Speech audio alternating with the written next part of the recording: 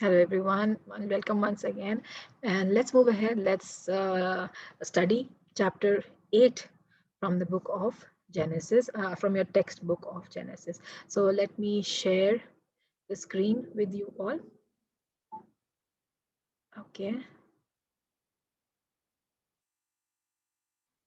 Yeah, let me just share from the beginning. Okay, so we're going to look at Genesis chapter 8, which basically is going to talk about sin, judgment, and prayer. Okay, so till now, basically, we have never heard about prayer.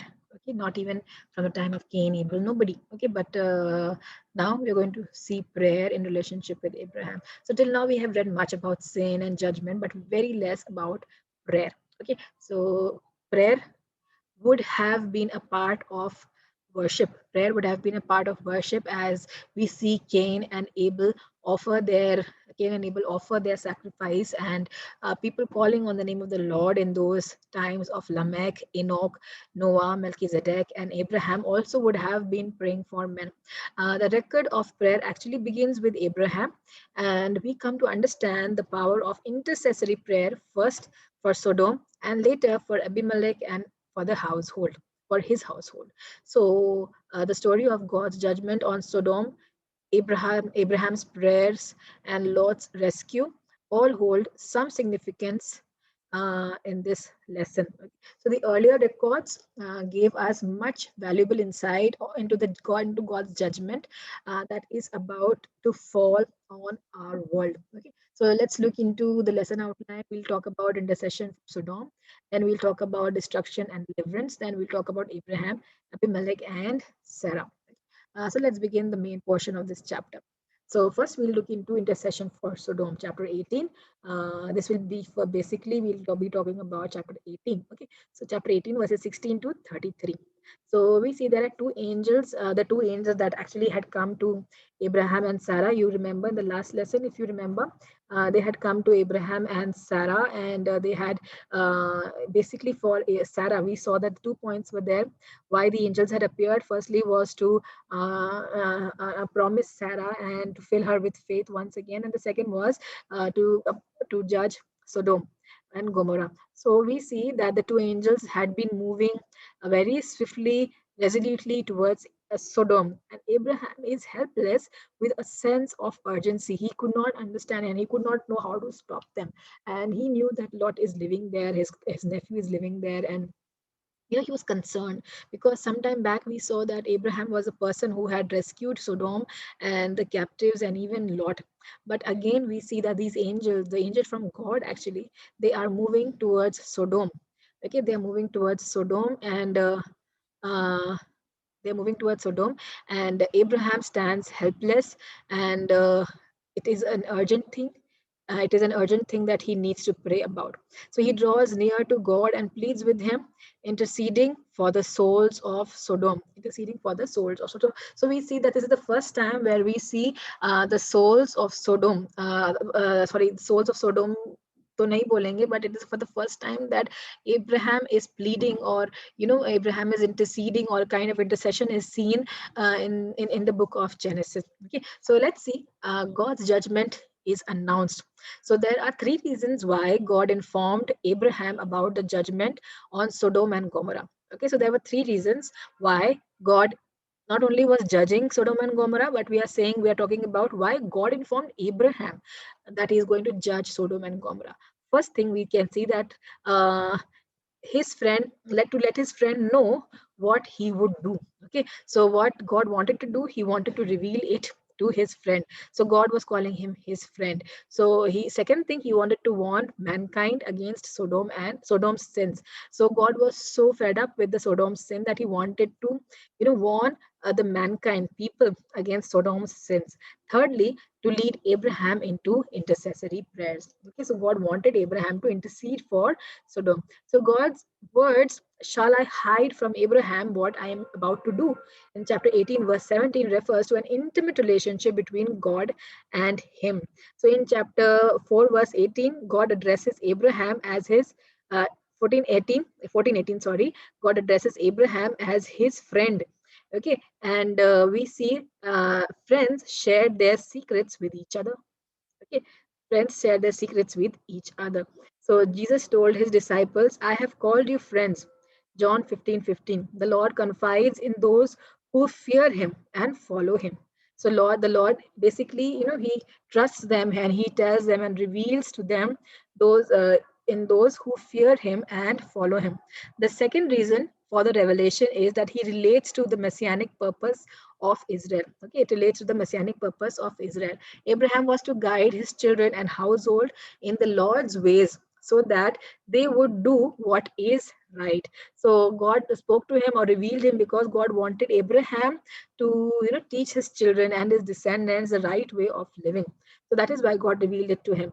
The reason why he was going to judge Sodom. So Sodom's example would lead them to destruction.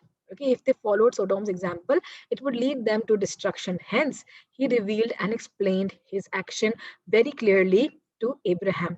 So, all were to know that the destruction of Sodom was not just a natural catastrophe.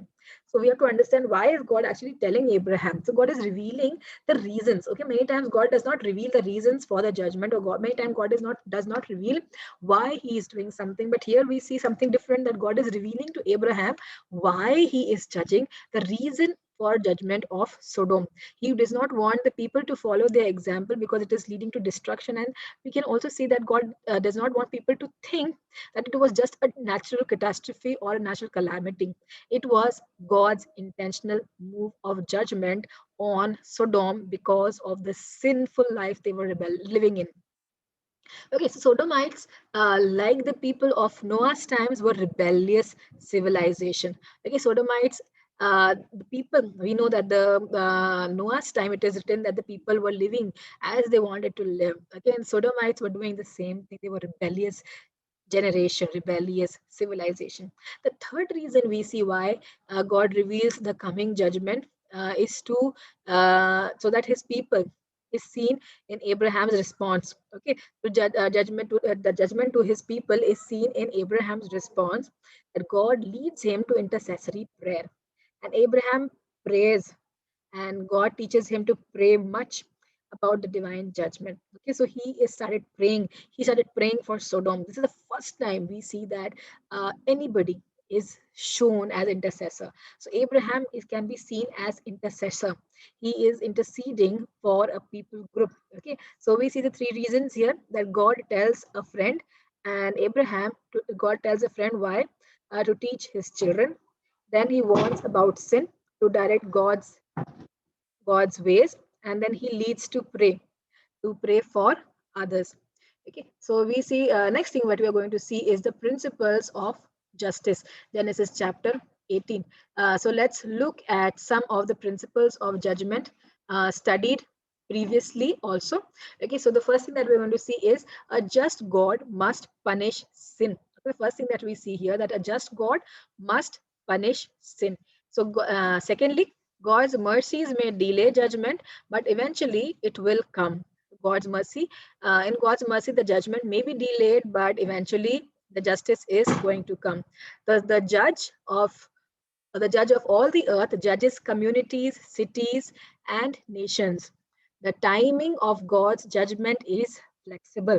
Fifth thing we can see here is that God may or may not spare the wicked community because of some good people are found in it. So it is upon God, upon the decision of the Lord, that if He wants to judge the community.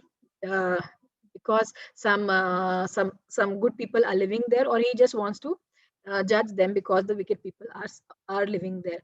God clearly establishes the guilt of people before He punishes them. Okay, so before judging and before showing the judgment, we know that God tells them why He is judging them. So even in the prophetical books, we can see that even before the judgment had come, we see that God told them that why He is judging them, what they were doing, and what was the reason why God is going to judge them.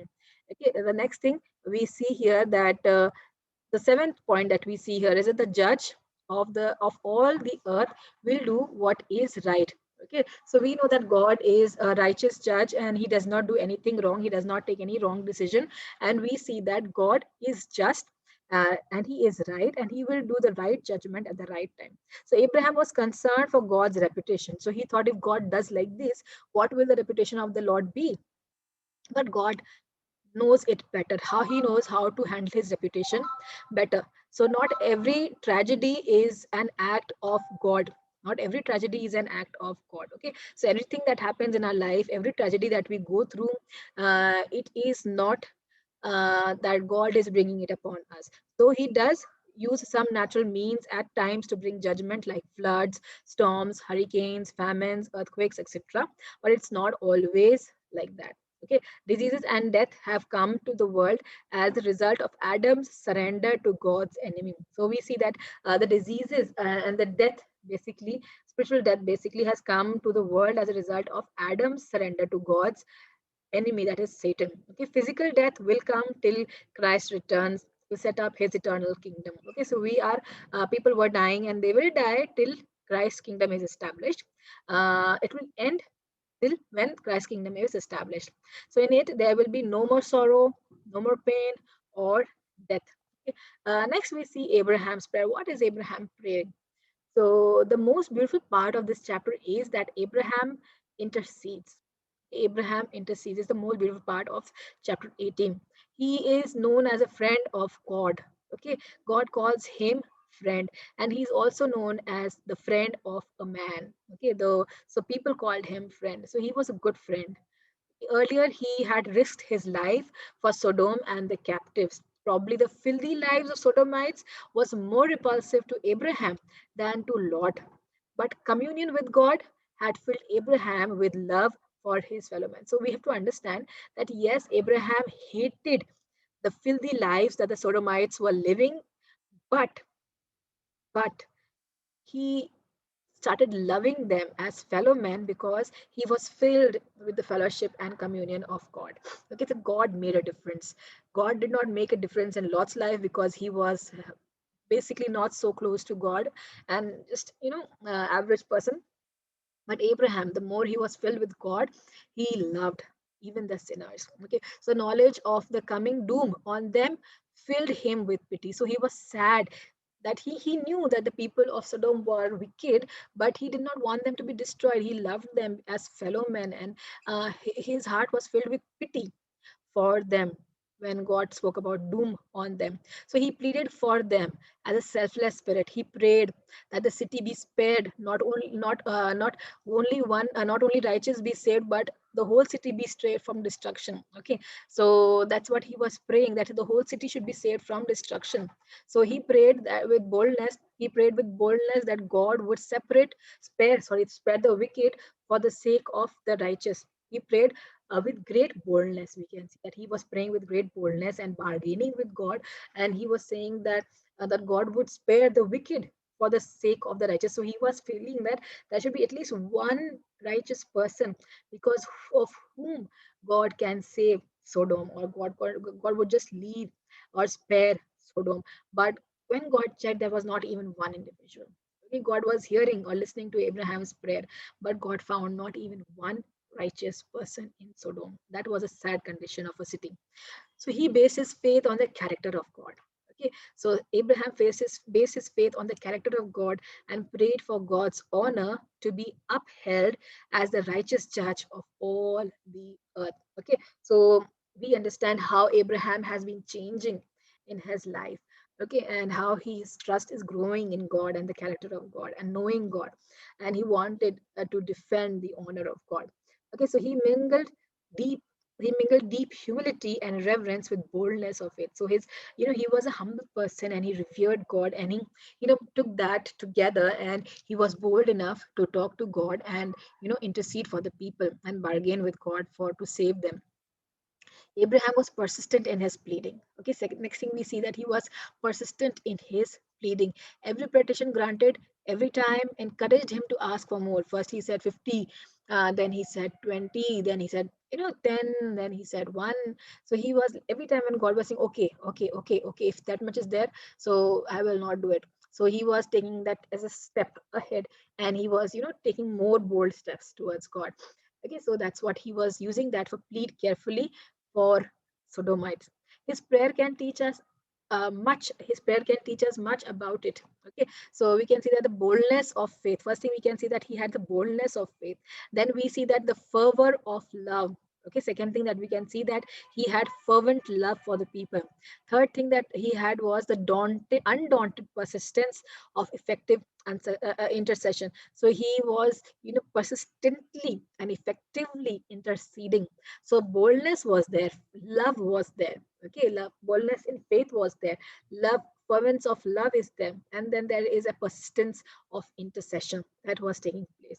Because the city could not be saved for its righteous people, because there was not one righteous. God remembered Lot, and he brought him out first. Okay, the true intercession is never in vain.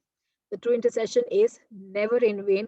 God puts his own love and concern in us and lets us share it with him. So what happens? How do you intercede? This is what happens. God puts a thought in your heart. God, shows you some people. God shows you people. God shows you friends and families. And that thought, that God, let them be protected, let them be saved, let them not die.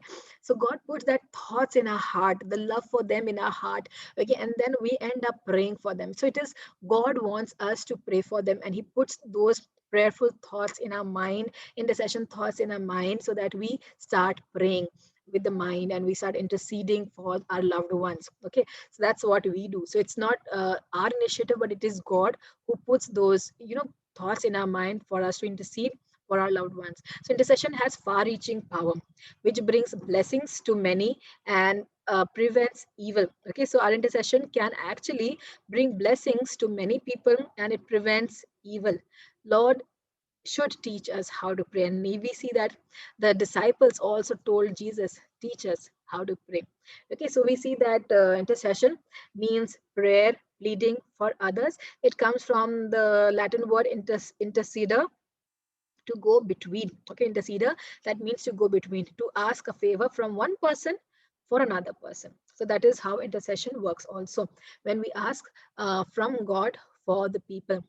The second main point that we see here is the destruction and deliverance, chapter 19. Okay, sins of Sodom. Let's look at what was happening, why God was so angry with Sodom. Okay, that is mentioned in chapter 19, 1 to 14, and also Jude chapter 7. So the angels saw how the men in the city were openly involved in sins of homosexuality, lawlessness, and violence. So it was a very wicked place, a very sinful place, a very filthy place, where so many sins were taking place. And the angels had a first hand experience of that situation. So knowing about his neighbor, Lord insisted. So when they, when the angels went to Sodom, Lot was actually better than the others. He was not involved actively in all these sins, but he kept himself away from that. That's what he did. So we see that Lot insisted that the strangers stay at his home, because he wanted to protect them, because he knew what kind of people he lives among. So the Sodomites tried to break in. They tried to, break the doors, and they tried to come in, and to have, relationship or have sex with these strangers. Okay, so they were so wicked people. So we see that this was happening, and the Lord did something. Lord bargained, and Lord said, you can have my daughters, and they are not married till now. You can have my daughters instead of these strangers being humiliated. So that's what he did. He offered his daughters instead of these strangers. For him, it was a very humble and very oriental act of honor, but it was not. Okay, homosexuality is a sin, as we can see in Mosaic law. It is punishable by death. Okay, so if you read Leviticus chapter 18, verse 22, 20, verse 13, we see Moses is strictly speaking about having homosexual relationships. And he even says its penalty is death. Okay, it is sin, and its penalty is death. So the New Testament condemns it, and it is called a punishable offense, and it calls upon eternal death. That is what Romans chapter 1, 26 to 28, First Corinthians 6, 9 to 11, Jude 7, and Revelation 21 verse 8 tells us. So even in New Testament, even in Old Testament, in both the testaments, it is condemnable, punishable act, and this calls for eternal death, like any other sin. Okay, it is counted as sin. So there are many things that we hear about.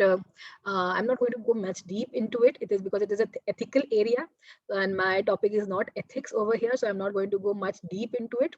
But we'll talk a little bit about it. So there is a many we talk about it a lot, and in today's time we see these things happening a lot. So it's not only for today's times, but it has always already been happening in the biblical period also. Okay, so are homosexuals responsible for their condition? Okay, so are they individually responsible for their condition, for what they are? Some believe that they are born that way, that is their inclination or orientation towards the same sex. They are born with that. Okay, not but we can see that not all medical authorities agree with this view. Okay, so it's not a thing; it is a relative thing. It is not something that it's proved that it is from birth. Okay, it is not from birth. So training and social environment may influence a person towards it, actually. So many people who have studied and scientifically and in every way, they have said that many times the training where we indulge in and the social environment that we live in, it influences a person to move towards this orientation. So, but the choice is still one's own. Okay, the decision is still one's own. It is a matter of will. Okay, it is a matter of will, and it is a matter where you decide for yourself. So Bible shows that God can deliver people from homosexuality. The Bible tells it very clearly that God can deliver people from homosexuality. Like he can deliver us from any other sin, he can deliver us from homosexuality also. So the Corinth was widely as a Corinth also, we can say they were also a place which was full of moral corruption, and the people were completely morally corrupt. So Paul told the church in Corinth that in Christ the old has gone and the new has come. First Corinthians chapter 5 verse 17. He also told them that the homosexuals could not inherit the kingdom of God. That's in First Corinthians chapter 6 verse 11. So Paul was very strict, and he about this kind of a sin, and he openly told them that there is a way to work it out. And when Christ you have entered into Christ's kingdom, the old should go and the new has already entered into you. You just have to keep working on it. And he also says that homosexuals cannot enter the kingdom of God, and he's very strictly speaking all those things. Okay, so let's see what homosexuality talks about. We see the judgment and how it is punished. Okay, so when it is judged, it is a shameful lust, it is an indecent perversion, as we see in Romans chapter 1, 24 to 28. It is filthy, as Second Peter says, 2 chapter verse 6 to 7. And we see that deliverance is possible. Deliverance is possible according to First Corinthians 6:11, 2 Corinthians 5:17. Okay, where it is punished, physical death in Sodom. Okay, physically it leads to death. In Sodom, God brought judgment, chapter 19 of Genesis, and by law, Leviticus 20, verse 13, it is punished by death, eternal death. In First Corinthians 6:10, it says, you cannot enter the kingdom of God. So Jude 7, Revelation 21:8. Okay, so this all talks about the punishments. Some say sexual orientation is personal choice and we should not condemn them. But uncontrolled passion leads to violence and lawlessness, and eventually to God's judgment for the unrepentant. Okay, so if we keep committing something which is not the will of God, which is not acceptable by the biblical standards, it leads to or it calls judgment upon itself. Okay, so Lot's influence on Sodom. What was the kind of influence that Lot had on Sodom? He was living there for many years, and was he not able to influence them in a godly way? Okay, so what kind of influence did did Lot have on Sodom? So let's see. So probably it was a mixed kind of influence. It was good as well as bad, as his character was. Okay, so probably he could not demonstrate godly influence on the people, but he was definitely distressed with their So he would internally condemn their acts. He would not like what the way they were living in, but he never went out to say anything or correct them or show examples of godly living. So that's what he was. He was restricted to himself. Okay, you do whatever you want to do, though I don't like it. You can do whatever you want to do. I'm not going to interfere into your life. I have my own boundaries and I will follow that. That's what he was. Selfish kind of a Christian believer in that sense, we can say. So Bible recognizes him as a righteous man because he was distressed about the ungodly behavior of the people. So Lord should be commended. Lord should be commended uh, for his hospitality and courage in defending the guests. But his offer to give his daughter to the vicious mob is a shock.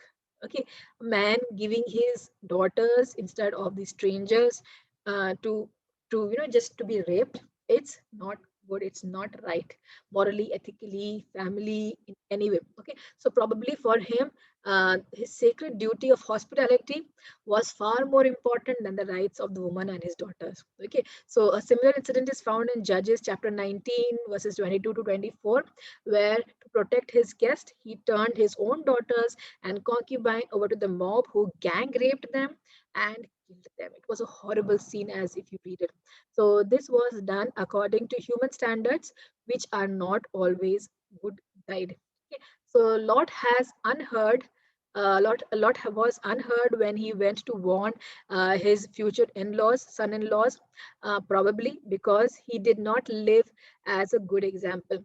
Hence, we know, we see that when God angels told them, you get your family and everyone, you inform them and you save them. So he goes to his son-in-laws and he tells them that this is going to happen, the judgment is going to come, but nobody believed him. His son-in-laws laughed and he did not believe on Lot. So this is the kind of influence that he had basically even on his relatives. So hence he could not convince them of the truth of his religion. So though he was distressed by their lives, but he preferred comfort and advantages of the city over social separation. Okay, so we see these things were happening over there where we can see he could not convince his own family members, where he could not convince his own relatives of his own religion. So that was something not good, and because of that, we can say that all these things happen. And we see his selfish nature also, that he did not want to live out of Sodom because he was very comfortable in Sodom, living in a city, and he was very comfortable and he enjoyed the advantages and the comfort of the city. Oh, and he did not want to be separated from that comfortable life. So he basically preferred living in that unholy evil city rather than living in the mountains or anywhere else. Okay, so this shows our own responsibility towards our community.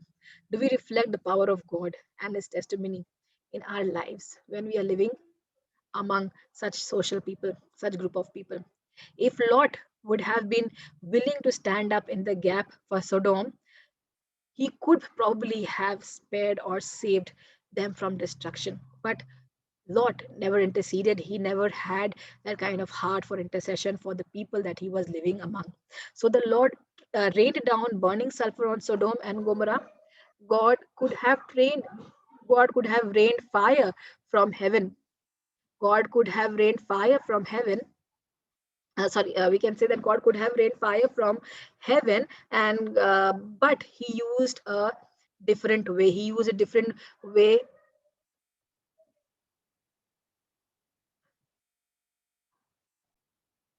Okay, so the Lord rained down burning sulfur on Sodom and Gomorrah. God could have rained fire from heaven, but God used an earthquake with an explosion of inflammatory materials in the ground, like deposits of petroleum and sulfur, etc. These burning materials then rained down on the whole plain, destroying it and covering it with smoke. So God used the natural ways of disaster, doing the disaster upon that place. Okay, so he could have just simply rained sulfur from the sky, but he did not do that. He used a natural way of doing it.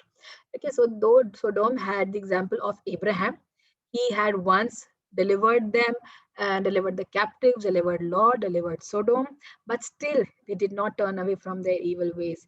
So their judgment was actually just justified. Okay, so one can argue why this sin called for judgment. So we can see that though God had kept an example of Abraham, he had once saved them from the enemies and once saved them as when they were taken as captives. And Abraham was a person who was living godly life, and they knew him and they revered him.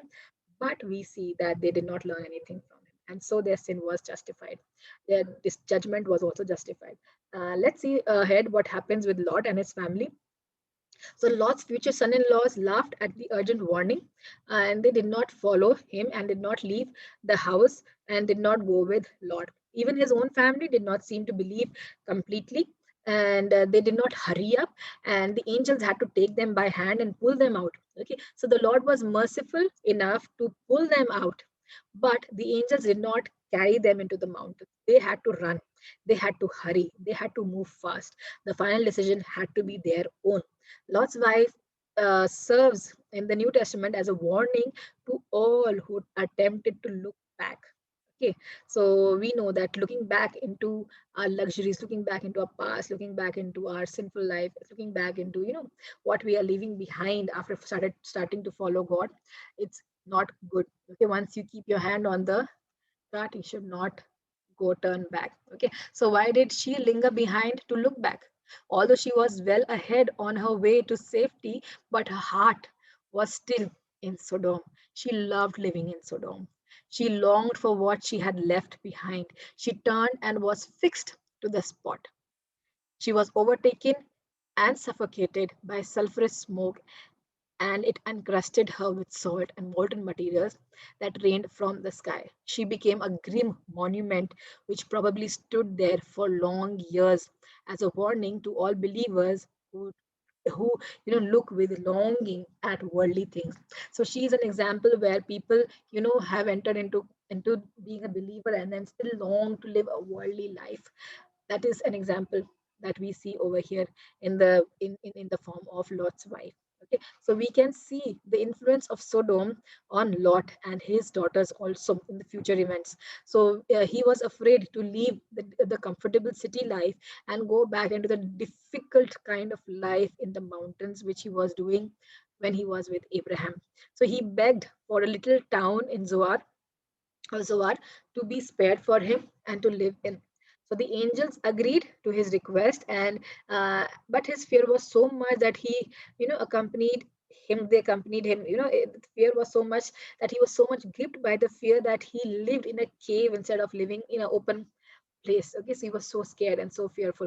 So we see that only his daughters accompanied him because his wife had already died and become a pillar of salt. Okay, so only his daughters accompanied him, and they used him in their unholy plan to have children. So we know what happened next, that his daughters, they intoxicated him and seduced him, and when he was intoxicated he did not know what he was doing, and he had relationship with sex with his daughters. And from them comes Moab and Ammon, whose descendants would be a tormentors for Israelites. Okay, so all these extra people have become, created a kind of negative environment around Israel.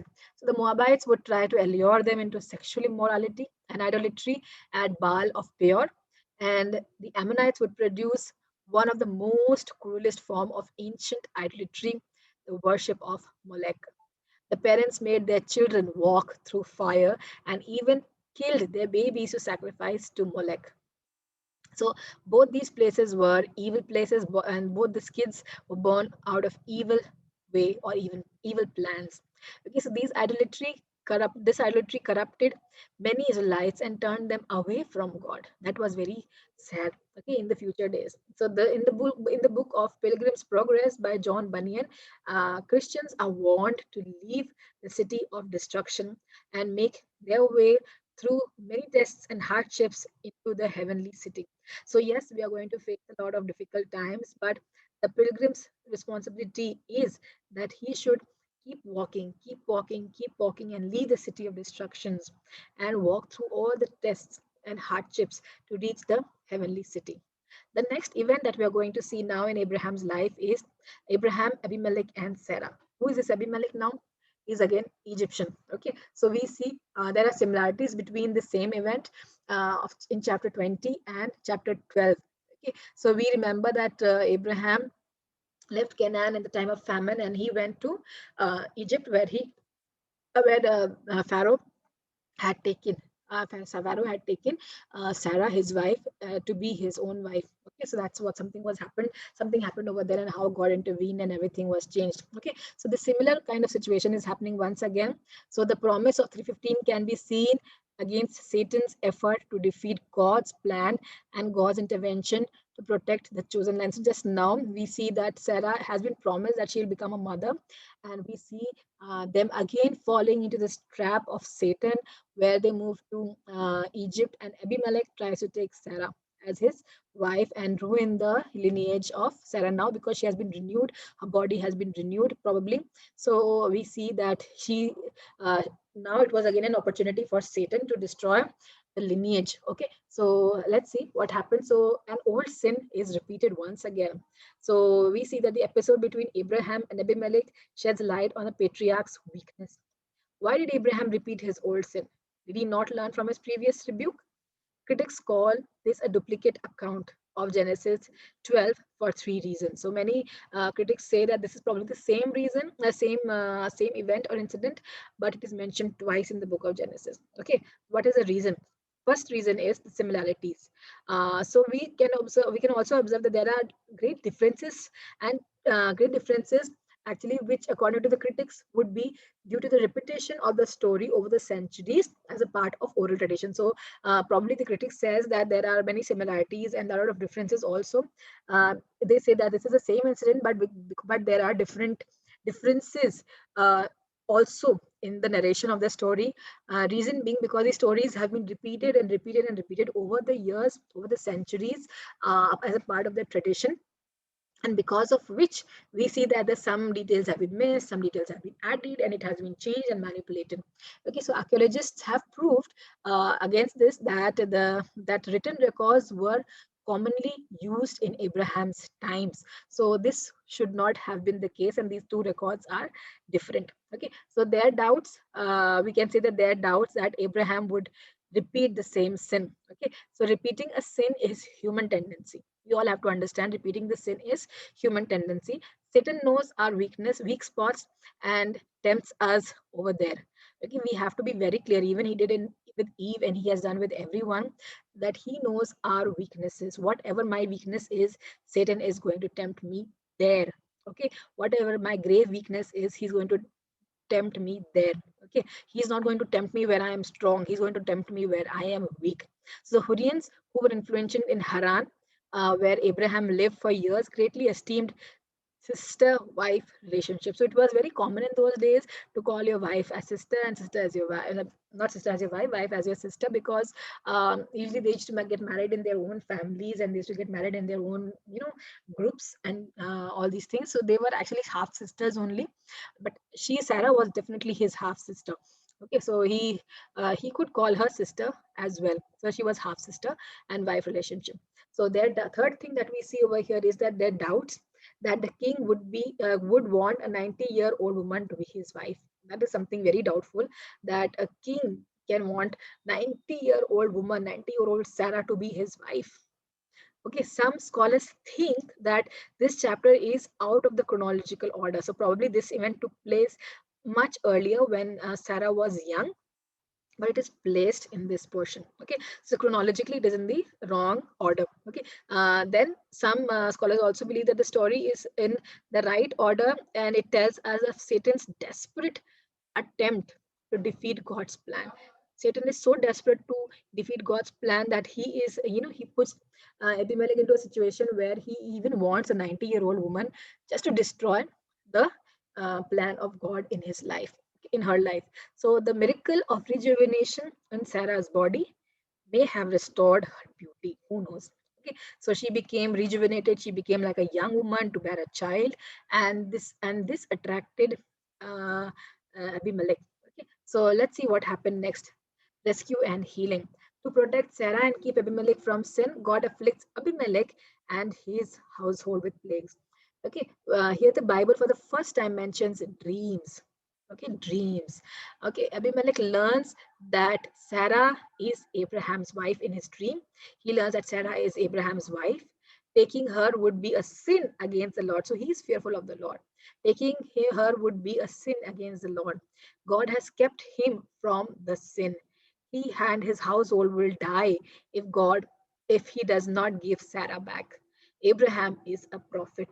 Abraham will pray for him and he will not die. So this is a dream that Abimelech saw. So God spoke to him in his dream. Okay, and he said that if he does not leave Sarah and give her back, everyone is going to die. So Abimelech is seen as a man of integrity, and he knew God and he obeyed God. He received divine revelation and addressed God as Adonai. Okay, we see it's a very different thing over here, strange thing. I will just talk about it right now.